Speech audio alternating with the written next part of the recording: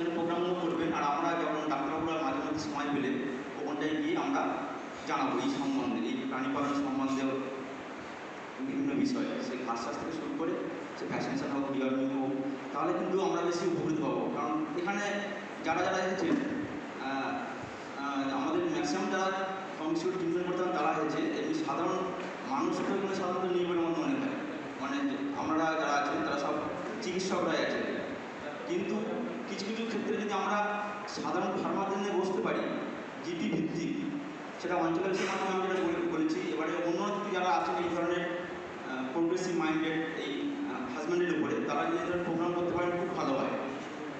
একটা কথা, দুটো কথা, আমি এটাও আমাদের স্টেশনগুলোতে বলেছি যে আমাদের প্রাণী সম্পদে যে আমরা প্রোডাকশান করে থাকছি, এই প্রোডাকশান করার সাথে সাথে যদি আমরা মার্কেটিংটাকে ঠিকঠাকভাবে যদি চালু করতে না পারি তাহলে কিন্তু সমস্যা হয়। কারণ এই সমস্যাগুলো হয়েছে, তাই আমি বলছি। আমি একটা উদাহরণ দিয়ে বলি, আমাদের যে উত্তরডাঙ্গায় লালুদা বলে দাদা আছে, এবং অনেক রকম আছে, ঘটনা তো আছে ফিল্ডে, একটা 19 কেজি ছাগল মাত্র 5,000 টাকায় বিক্রি করেছে। তাহলে এখানে কিন্তু ফার্মাররা বেনিফিট হচ্ছে না, ফার্মাররা লুজার হচ্ছে, মাঝখানে মিডিল ম্যানরা কিন্তু তারা কিনটা খেয়ে যাচ্ছে। সেই জন্য মার্কেটিং ব্যবস্থাকে কীভাবে চাঙ্গা করা যায় সেটা যদি না ভাবতে পারি, না ভাবি, তাহলে কিন্তু এই প্রফেশনে লাভ হয় না। মানুষের গরু ছাগল পোষা অনেকটাই কমিয়ে দিয়েছিল। এই ব্যবস্থাকে ডেভেলপ করতে না পারি তাহলে কিন্তু সমস্যা হবে। এই যে ওষুধ, আমি যখন মানে থেকে সৌন্দর্যটা ভালো জায়গায় যাচ্ছিলো, তখন কিন্তু আমি অনেক ওষুধ লিখে ওষুধ কিনছিল। কারণ আমি ওষুধ লিখতে ভয় লাগে বিভিন্ন কোম্পানি, যে তারা কী করে কিনবে ওষুধটা, কিনবে কী হবে যদি না মার্কেটিং থাকে, যদি না বিক্রি করতে পারে। কিন্তু মার্কেটিংটা নিয়ে আমাদের সবারই যার যেরকম ক্ষমতা আছে সেই ক্ষমতা নিয়ে কিন্তু ভাবতে হবে। উইদাউট মার্কেটিং কেউ ভালো ওষুধ কিনবে না, গরুর খাদ্যও কিনবে না। তো এইটা আমরা সবাই ভাববেন, যাদের যেভাবে সম্ভব এটাকে যদি ডেভেলপ করানো যায়। আমি আমার দিক থেকে চেষ্টা করছি, আপনারা দিক থেকে স্যারকেও বলছি, বা থেকে জিনাকেও বলছি যে যাতে এটাকে করা যায়। এটা আপনারা অনেকেই জানেন, সবাই জানেন বললে ভুল হবে না। তো সেই জন্য আজকে ভিড়ব্যাকের সহযোগিতায় টেবিল সোসাইটির আমাদের প্রাণী সম্পদ বিভাগ একটা অ্যাওয়ারনেস প্রোগ্রাম করছে। তো সেখানে আপনারা আপনাদের মূল্যবান যেসব মতামত আছে সেগুলো জানাবেন, আর ডাক্তারবাবুরা তাদের যে অভিজ্ঞতা এবং তাদের যে জ্ঞান সেই ব্যাপারটা কিন্তু আপনাদেরকে বলবেন। এবং সেখানে ফিডব্যাকেরও তাদেরও কিছু বক্তব্য থাকবে। তো সে ব্যাপারে আপনাদের যে ক্ষেত্রে যার যতটুকু জানার দরকার সেগুলো কিন্তু আপনারা সেগুলোকে জেনে নেবেন। এবং এটা ইন্টারাকশানের মাধ্যমেই হবে। যদি এগুলোকে আমরা সাকসেসফুল করতে পারি আমাদের ক্ষেত্রে, তাহলে আমরা আরও অনেক বেশি দূর এই প্রাণী সম্পদের চিকিৎসা বা এবং তাদের সচেতনার বিষয়ে আমরা অনেকটা বেশি এগিয়ে যেতে পারবো। কারণ এখন দিনকে দিন বিজ্ঞান ও প্রযুক্তি কিন্তু এগিয়ে চলেছে, সুতরাং আমাদেরকেও সেইভাবে এগিয়ে যেতে হবে। এবং সেই এগিয়ে যাওয়ার ক্ষেত্রে এখানে যারা উপস্থিত আছেন প্রাণী সম্পদের ক্ষেত্রে, এখানে দিকপালরাও এখানে উপস্থিত আছেন। তো সেই তাদের যে উপস্থিতি, তাদের যে বক্তব্য, এইগুলো কিন্তু সচরাচর সেখানে পাওয়া খুব মুশকিল হয় আর কি। কারণ এদেরকে এগিয়ে করে সেই প্রোগ্রামগুলোকে অর্গানাইজ করা, এবং যারা ফিল্ডে বিভিন্ন প্রোগ্রাম ইমপ্লিমেন্টেশন করছেন অ্যাকচুয়ালি, তাদেরকে এগুলোকে সংযুক্ত হওয়া। 24 নর্থ 24 হাওড়া হুগলি এই পার্টটার দায়িত্বে রয়েছি। ভিড়ব্যাক নিয়ে আমি বেশি সময় নেব না, কারণ অলরেডি আমার স্যারের সাথে আলোচনা হচ্ছিল যে অলরেডি আমরা শর্ট চলছি টাইমে। ভিড়ব্যাক নিয়ে আপনাদের একটু 2 সেকেন্ডে মানে 2 মিনিটে বলে নিই। আর্লিয়ার এই কোম্পানিটা গ্ল্যাক্সো নামে ছিল, স্যারেরা জানেন। 2006 শেষের দিকে ভিড়ব্যাক নাম পায়। ভিড়ব্যাক আগে থেকেই ছিল, 1958-এ ফ্রান্সের নিশে এই কোম্পানিটা প্রতিষ্ঠা হয়, এবং একজন ভেটেরিনারি এনার প্রতিষ্ঠাতা ডক্টর পিয়ার ডিক, যেটি ভিড়ব্যাকের প্রতিষ্ঠাতা, ফ্রান্সের নিশে আমাদের হেড অফিস। এবং এই মুহূর্তে প্রায় 117টা কান্ট্রিতে ভিড়ব্যাকের আমরা মার্কেটিং করি, এবং প্রায় 6টা অল ওভার ওয়ার্ল্ডে 6টা রিসার্চ অ্যান্ড ডেভেলপমেন্ট সেন্টার রয়েছে। এবং প্রচুর product, fishery, poultry, cattle, piggery, canine, সব সেগমেন্টেই আমাদের প্রোডাক্ট রয়েছে। এবং আবারও একবার ধন্যবাদ স্যারকে যে এখানে আমাকে আহ্বান জানানোর জন্য, অসংখ্য ধন্যবাদ। Thank you. পরে আসছি প্রোডাক্ট নিয়ে এবং স্যারের অনেকটা প্রেজেন্টেশন রয়েছে, আর সময় নেব না। নমস্কার। লাম্পি স্কিন ডিজিজ, তাই তো? লাম্পি স্কিন ডিজিজ যে প্রাণীটার হয়, সারা পৃথিবীর 37% গরু আমাদের দেশে রয়েছে, সারা পৃথিবীর 21% মহিষ আমাদের দেশে রয়েছে। তাহলে বুঝতে পারছেন কত প্রাণী এবং কত প্রাণী আক্রান্ত হচ্ছে। এবং সারা পৃথিবীর মধ্যে এই মুহূর্তে সব থেকে বেশি অ্যানিম্যাল ডেথ আমাদের ভারতবর্ষে হয়েছে এই রোগটার জন্য। মোটামুটি আপনারা এটা সম্পর্কে জানেন। যাই হোক, একদম আপনারা সবাই একদম ফার্মার লেভেলের নন, ফলে আপনাদেরকে যেটা একটু ইমপ্রুভ যে বিষয়গুলো আমাদের এই লাম্পি স্কিন ডিজিজ সম্পর্কে জানা দরকার, সেটা সম্পর্কে আমি বলার চেষ্টা করব। আচ্ছা, আমি একটু সামনের দিকে যাই। এখন আপনারা সবাই জানেন লাম্পি স্কিন ডিজিজ, এটা তো একটা ইংরেজি শব্দ, তাই তো? সেক্ষেত্রে লাম্পি মানে কি, স্কিন মানে কি, ডিজিজ মানে কি, এগুলো একটু আপনারা জানলেই বুঝতে পারবেন যে রোগটা কেমন। লাম্পি মানে হচ্ছে দোলা পাকানো, দোলা পাকানো মানে বড় গোটলা টাইপের বলে। আর স্কিন মানে হচ্ছে চামড়া, আর ডিজিজ মানে রোগ। তাহলে চামড়াতে বড় বড় দোলা পাকানো কিছু একটা হয়, তাই তো? এইটা প্রাইমারিলি আমরা লাম্পি স্কিন ডিজিজ বলতে গেলে এটাই বোঝায়। এবারে যেটা হচ্ছে, এটা আমরা এই যে ইনফেক্টিভ অর্গানিজম কি কারণে হয় যদি বলেন, সেটা হচ্ছে আমরা বলি ভাইরাল ডিজিজ। ভাইরাল ডিজিজ যেটা হচ্ছে মূলত একটা পক্স গ্রুপের ভাইরাস। আপনারা গোটের পক্স হয়, শিপের পক্স হয়, পোলট্রির পক্স হয়, এগুলো সবাই জানেন। তাহলে পক্স গ্রুপের একটা ভাইরাস যেটা এই ধরনের রোগটা করে, সেটা হচ্ছে পক্স ভাইরিডি বলে একটা গ্রুপ আছে, যার আন্ডারে অনেকগুলো সাব ফ্যামিলি আছে। সেই একটা সাব ফ্যামিলির নাম হচ্ছে করোপক্স। তার আন্ডারে আরো একটা জেনাস আছে, তার নাম হচ্ছে ক্যাপ্রিপক্স। আপনারা সবাই এখানে জানেন, যারা প্রথম যখন লাম্পি স্কিন ডিজিজ হয় সেটা ইউজ করা হয়, সেটাই কিন্তু আপনারা সবাই ব্যবহার করেছেন। অ্যাকচুয়ালি একই গ্রুপের ক্যাপ্রিপক্স ভাইরাস, সেটাই কিন্তু আমাদের গরুর ক্ষেত্রে এই রোগটা আনছে। এই ভাইরাসটা কিন্তু ছাগলের বসন্তের সঙ্গে অনেকটাই সিমিলার, কিন্তু পুরো সিমিলার নয়, অনেক পার্থক্য আছে। এটাকে আমরা একটা বলি DNA virus, DNA double standard virus. এবং আমরা যদি ইলেকট্রন মাইক্রোস্কোপে দেখি, এটা আমরা তো খালি চোখে ভাইরাস দেখতে পাই না, তবে যত ভাইরাস আছে বড় বড় ভাইরাসের মধ্যে এটা একটা বড় ভাইরাসের গ্রুপে পড়ে। এবং আমরা ইলেকট্রন মাইক্রোস্কোপে যদি দেখি, এর একটা আকার যেটা হয় 320 থেকে 320 ইন্টু 260 মাইক্রোমিটার, এইরকম একটা মাইক্রোন টাইপের, ইটের মতো একটা দেখতে, মানে আয়তক্ষেত্রের মতো দেখতে। এবং এর জন্য কিন্তু স্পেসিফিক্যালি আমরা কিন্তু আলাদা করে এখন রিসার্চ হচ্ছে, এবং কিভাবে এটা ট্রান্সমিট করছে, কিভাবে একে প্রোটেক্ট করা যাবে। এবং আমাদের শুধু সব, যেহেতু এটা ভাইরাল ডিজিজ, ফলে ওষুধ দিয়ে সারিয়ে দেবেন সেরকমও কিন্তু নয়। আজকে ভাইরাল ডিজিজের ক্ষেত্রে আপনারা সবাই জানেন, যার যার ক্ষেত্রে ভ্যাকসিন ডেভেলপ হয়েছে, সেগুলো আমরা আগাম প্রোটেকশনের ব্যবস্থা নিতে পারি। হয়ে গেলে তাদের ক্ষেত্রে কিন্তু কন্ট্রোল করাটা খুব সহজ ব্যাপার নয়। সেক্ষেত্রে আজকের এই আলোচনাটা কেন লাম্পি স্কিন ডিজিজ নিয়ে, কারণ এটা এমনভাবে হলস্টেইন ফ্রিজিয়ান বাইরের গরু, তাদের চামড়াটা দেখবেন জেনারেলি একটু সফট হয়। যে সমস্ত গরুর চামড়া সফট হয়, সেই সমস্ত গরুর ক্ষেত্রে আক্রান্ত হওয়ার চান্স কম্পারেটিভলি বেশি। এবং চামড়ার ক্ষেত্রে দুটো লেয়ার আছে, উপরটাকে বলা হয় এপিডার্মিস, তারপরে বলে ডার্মিস। এই দুটো লেয়ারের পরের যে অংশটা চামড়ার নিচে, সেটাকে কি বলে? সেটাকে বলে হচ্ছে ফেসিয়া। এবারে এনএসডি যখন হয়, কি হয়? এই এপিডার্মিস, তারপরে ডার্মিস, তারপরে ফেসিয়া, এবং তারপরে নিচে কি থাকে? মাসল থাকে, পেশি থাকে। সেই পেশির জায়গাটাকে কিন্তু আক্রান্ত করে ফেলে। এটা আমি বললাম কেন? এটা বললাম আপনাদেরকে ওই বোভাইন হার্পিস ভাইরাস যে আক্রান্ত হয়, তার সঙ্গে পার্থক্য বোঝানোর জন্য। তার কারণ হচ্ছে, বোভাইন হার্পিস ভাইরাস যদি গরুকে আক্রান্ত করে, সেক্ষেত্রে এপিডার্মিস এবং ডার্মিসের নিচে জেনারেলি নামে না। কিন্তু যদি আপনার এই এলএসডি যদি আক্রান্ত করে সেটা আপ টু একদম মাসুল পর্যন্ত চলে যেতে পারে আপনার। কিন্তু প্রথম কথা যেটা হচ্ছে ভাইরাল ডিজিজের ক্ষেত্রে ট্রিটমেন্ট কি হবে? ট্রিটমেন্টটা হচ্ছে তার সাপোর্টিভ থেরাপি কিছু আমরা করতে পারি, সাপোর্টিভ থেরাপি করতে পারি আমরা, প্রপার ট্রিটমেন্ট নয় কিন্তু নেই।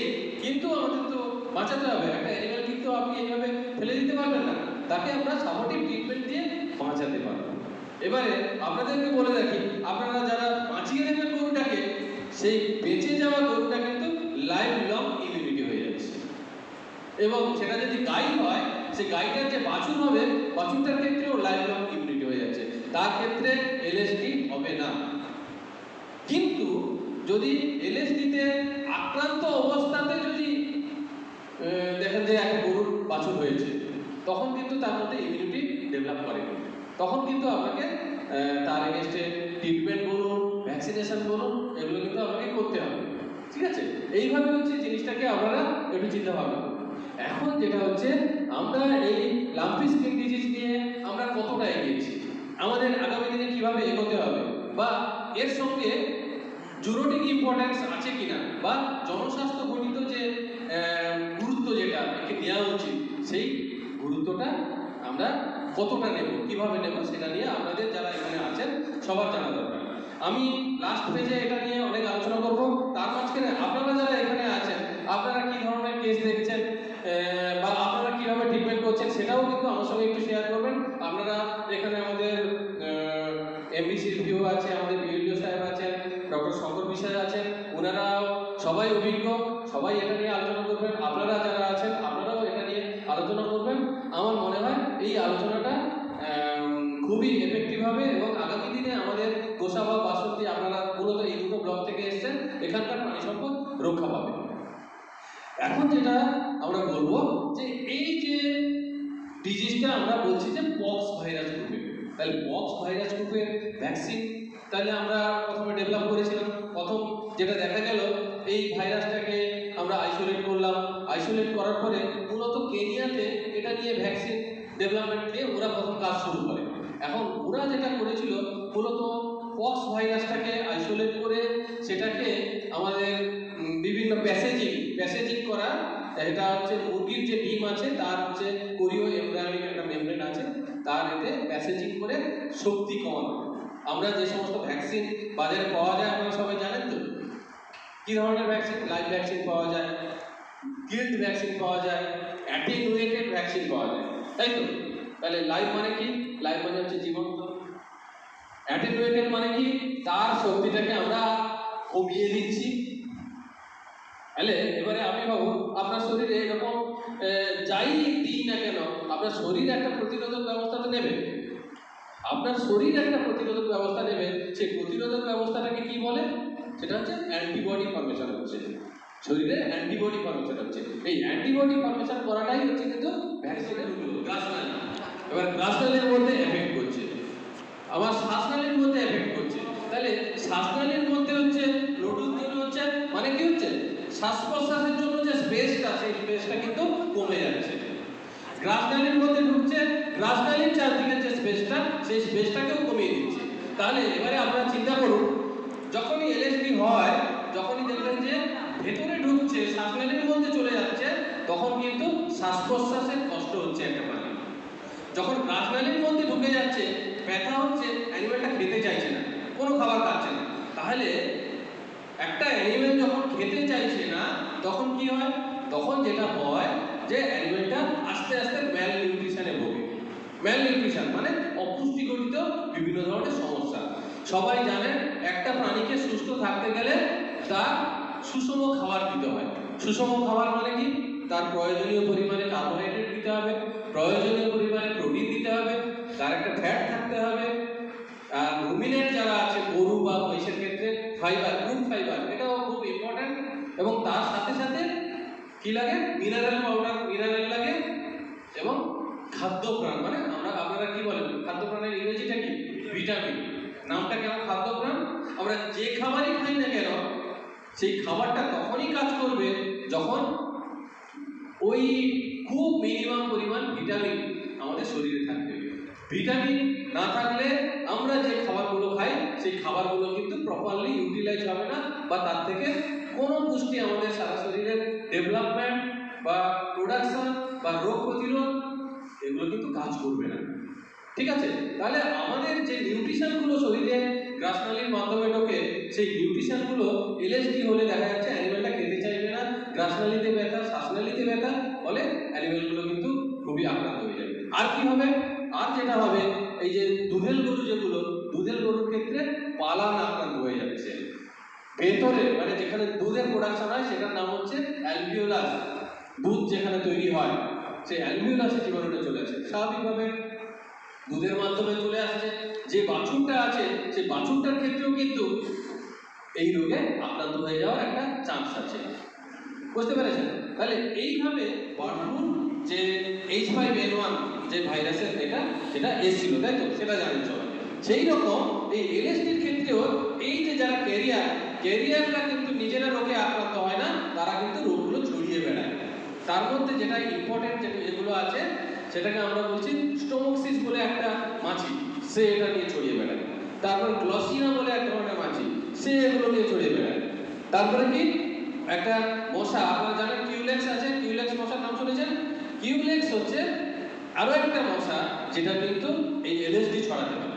তাহলে আপনারা যারা এখানে আছেন, যে সমস্ত বাড়িতে দেখবেন গরুর এটুলি পোকা হয়েছে বা একটু প্যারাসাইট হয়েছে, সেগুলোও কিন্তু থাকলে সেটাও কিন্তু একটা এলএসডির ক্যারিয়ার। কিন্তু মানে বাড়িতে বহিঃপরজীবী মশা, মাছি এগুলো যদি থাকে তার মাধ্যমে এগুলো ক্যারিয়ার হতে পারে। তাহলে সেটা সম্পর্কেও কিন্তু আপনারা একটু সাবধান থাকবেন।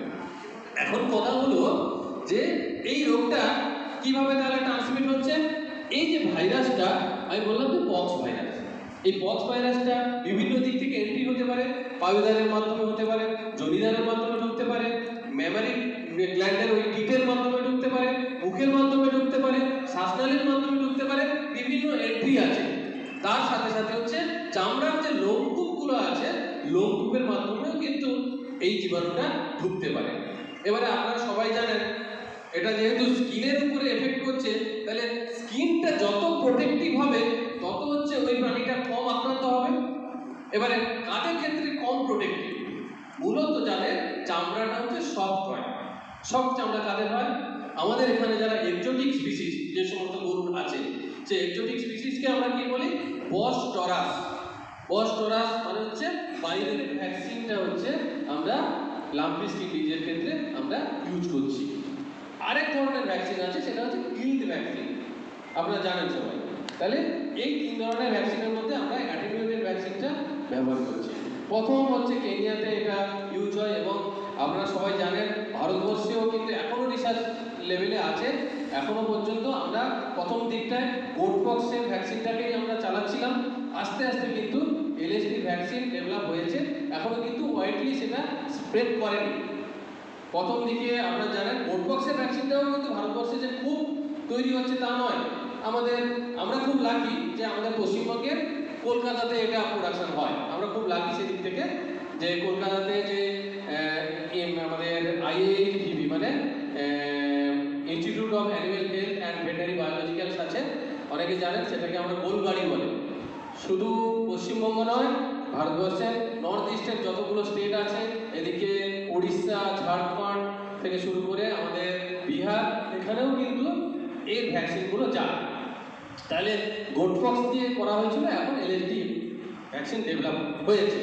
আমাদের যে ইন্ডিয়ান ভেটেরিনারি রিসার্চ ইনস্টিটিউট, তার একটা সেন্টার আছে মুক্তেশ্বরে, সেখানে এই ভ্যাকসিনটা নিয়ে কাজ হয়েছে, এবং সেটা এখনও আমরা বিভিন্ন জায়গায় ইউজ করছি। কিন্তু যেটা বলি যে ভাইরাল ডিজিজ মানে কিন্তু 100% আপনি ভ্যাকসিন দিয়ে তাকে প্রোটেক্ট করতে পারবেন না, তাই তো? ঠিক বললাম তো নাকি? ধরুন FMD, food and mouth disease. Food and mouth disease আমরা ভ্যাকসিন দিয়ে কি 100% প্রোটেক্ট করতে পেরেছি? তার কারণ কি? ফুড অ্যান্ড মাউথ ডিজিজের হচ্ছে প্রচুর সেরোটাইপ আছে, প্রচুর সেরোটাইপ, প্রায় 45টা, তাই তো? হ্যাঁ, তাহলে ডাক্তারবাবু এটা হয়তো বলবেন। তাহলে এশিয়ার মধ্যে OAC, SAT1, SAT2 এই ধরনের বিভিন্ন স্ট্রেন আছে। সেই স্ট্রেনগুলোর এগেনস্টে আমরা ভ্যাকসিন তৈরি করেছি। তাহলে সবগুলো স্ট্রেনের এগেনস্টে তো আমরা ভ্যাকসিন করতে পারি। তাহলে অন্য স্ট্রেন যদি আপনার আক্রান্ত করে তাহলে আপনি প্রোটেকশন দিতে পারবেন না। কিন্তু এটা ঠিক যে আপনি যদি অ্যানিমেলটাকে ভ্যাকসিন করে রাখেন তাহলে কিন্তু কিছুটা মানে আনভ্যাকসিনেটেড তুলনায় ভ্যাকসিনেটেড অ্যানিমেলের ক্ষেত্রে প্রোটেক্টিভ যে জায়গাটা সেটা অনেক বেশি হয়। সেই জায়গাটায় আপনাদের যেমন মানুষের ক্ষেত্রেও যেটা করোনা হয়েছিল, যারা এখনো কিন্তু করোনা হচ্ছে না কিন্তু তা নয়, কিন্তু যারা অলরেডি ভ্যাকসিনেটেড